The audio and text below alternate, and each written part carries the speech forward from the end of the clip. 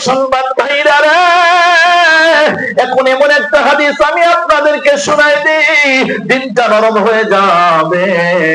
আল্লাহর পয়গম্বরের সাহাবী, আমরা উলামায়ে কেরাম যারা তারা বুঝবেন, আপনারা বুঝবেন। সুলহে হুদাইবিয়া নামক একটা চুক্তি হয়েছিল আবু সুফিয়ানের সাথে। আল্লাহর পয়গম্বরের সাহাবীরা এরকম ভাবে মক্কায় গিয়েছিলেন, এরকম ভাবে হজ আর উমরা করার জন্য। আবু সুফিয়ানরা বাধা দিয়েছেন, এই বছর করা যাবে না, আগামী বছর করতে হবে। সেই সুলহে হুদাইবিয়া 6ষ্ঠ হিজরিতে এরকম অনুষ্ঠিত হয়েছে।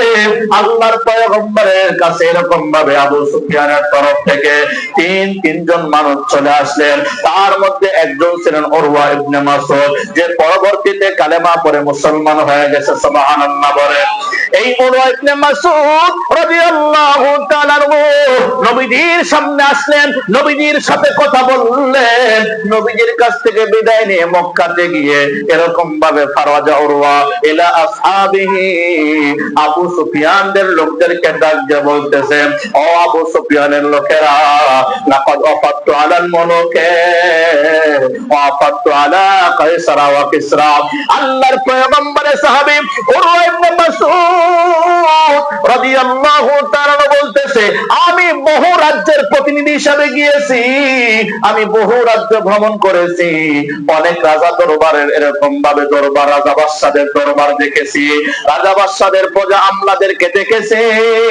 আল্লাহর পয়গম্বরের সাহাবী উরওয়া ইবনে মাসউদ রাদিয়াল্লাহু তাআলা বলেন, ইন রাআইতু মালিকান কদ তুআযিমুহু মা ইউআযিমু আসহাবুহু মুহাম্মাদিন সাল্লাল্লাহু আলাইহি ওয়াসাল্লাম মুহাম্মাদান। মুসলমান ভাইরা রে, অর্থগুলো বুঝলেই দিল দিয়ে এরকম ভাবে দিল ঘামায়া চোখ দিয়ে পানি বের হবে। আল্লাহর পয়গম্বরের সাহাবী উরওয়া ইবনে মাসউদ বলেন, এ আবু সুফিয়ানের দলেরা রে, নবী মুহাম্মদ সাল্লাল্লাহু আলাইহি সাল্লাম এমন একজন মানুষ, এমন একজন লিডার, আমি জীবনে বহু রাজা বাদশা দেখছি গো। মুহাম্মাদের সাথীরা আল্লাহর পয়গম্বরকে যেভাবে মহব্বত করে আর সম্মান করে, তাম পৃথিবীর কোন রাজা বাদশার আমলারা প্রজারা এত মহব্বত করে না। কেমন মহব্বত করে আল্লাহর পয়গম্বরের সাহাবী উরওয়া ইবনে মাসউদ ডাকতে বলে, আমি দেখেছি। আল্লাহু আকবার বলেন। ওয়াল্লাহি ইন তানাখাবা নুখাবাতান ইল্লা ওয়াকাত ফি কাফি রাজুলিন মিনহুম। আল্লাহু আকবার বলেন। আল্লাহর পয়গম্বরের সাহাবী উরওয়া ইবনে মাসউদ বলেন, আল্লাহর কসম করে বলতেছি, নবী মুহাম্মদ সাল্লাল্লাহু আলাইহি সাল্লাম যখন থুতু মোবারক ফালায়া দেয়, ইল্লা ওয়াকাত ফি কাফি রাজুলিন মিনহুম, সাহাবারা এত পাগল রে, নবী মুহাম্মদের থুতু মোবারক পর্যন্ত জমিনে লাগতে দেয় না। হাতের তালুতে তালুবদ্ধ করিয়া ফাদালাকা বিহা ওয়াজহাহু ওয়া জিলদাহু, হাতের তালুতে তালুবদ্ধ করিয়া সাহাবীরা তাদের চেহারাতে মালিশ করে দেয়। আল্লাহু আকবার বলেন। ওয়া জিলদাহু, নবী মুহাম্মদ সাল্লাল্লাহু আলাইহি সাল্লামের থুতু মোবারককে তারা এত সম্মান করে রে, থুতু মোবারকটা লইয়া সারা গায়ে মালিশ করে দেয়। আল্লাহু আকবার বলেন। কয় শুধু তাই নয়, আমি আরো দেখেছি নবী মুহাম্মদ ওয়াইদা আমারহুম ইফতাদারু আমরাহু, নবী মুহাম্মদ যখন কোন কাজের জন্য অর্ডার করে, ওই কাজটা করার জন্য সকলেই প্রতিযোগিতা আরম্ভ করে দেয়।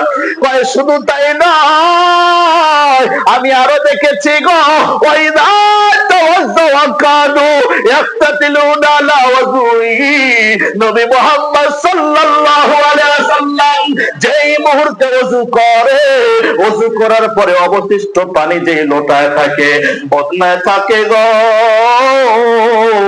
কাদু ইয়াক্তাতিলুনা আলা ওযুহি, ওই পানিগুলো নেওয়ার জন্য সাহাবায়ে কেরামরা মারামারি আরম্ভ করে দেয়। আল্লাহর পয়গম্বরের সাহাবী উরওয়া ইবনে মাসউদ বলেন, নবী মুহাম্মদ সাল্লাল্লাহু আলাইহি সাল্লামের সাহাবীরা নবীকে এত মহব্বত করে না। এই জন্য দেখবেন আল্লাহর পয়গম্বরের নেক নজর, আল্লাহর পয়গম্বর রহমতি নজর থাকার কারণে দাওয়াতে তাবলীগ থেকে শুরু করে যখন দেখবেন আল্লাহ ওয়ালারা কথা বলে তখন এরকম ভাবে ভদ্র সুরে সুন্দর করে চাতক পাখির মতো তাকায়া তাকায়া কথা শুনে কথা বলেন ঠিক কিনা? আল্লাহর পয়গম্বরের সাহাবী উরওয়া ইবনে মাসউদ বলেন ওয়াইদা তাকাল্লামা খাফাযু আসওয়াতাহুম ইনদাহু, যখন নবী মুহাম্মদুর রাসূলুল্লাহ সাল্লাল্লাহু আলাইহি সাল্লাম কথা বলে সাহাবায়ে কেরাম মাথা নয়া ঢুলিয়া ঢুলিয়া চুপ করে নবীজির কথাগুলো শ্রবণ করে। হে আবু সুফিয়ানের দলেরা,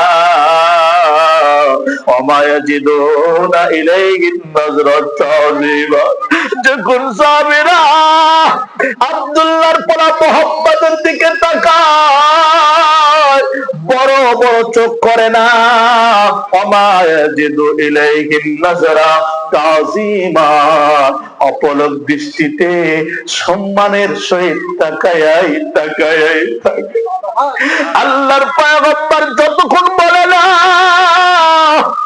সাহাবীরা যাও, তোমার কি কোনো কাজ নাই, সাহাবীরা যাও চলে যাও, আল্লাহর পয়গম্বর যতক্ষণ মজলিস থেকে ওঠে না ততক্ষণ পর্যন্ত কেমন যেন তার সাহাবীরা নবীজির দিকে শুধু তাকায়া তাকায়া থাকে। ওই মুহাম্মাদের সাথে তোমরা পারবা না। আল্লাহু আকবার।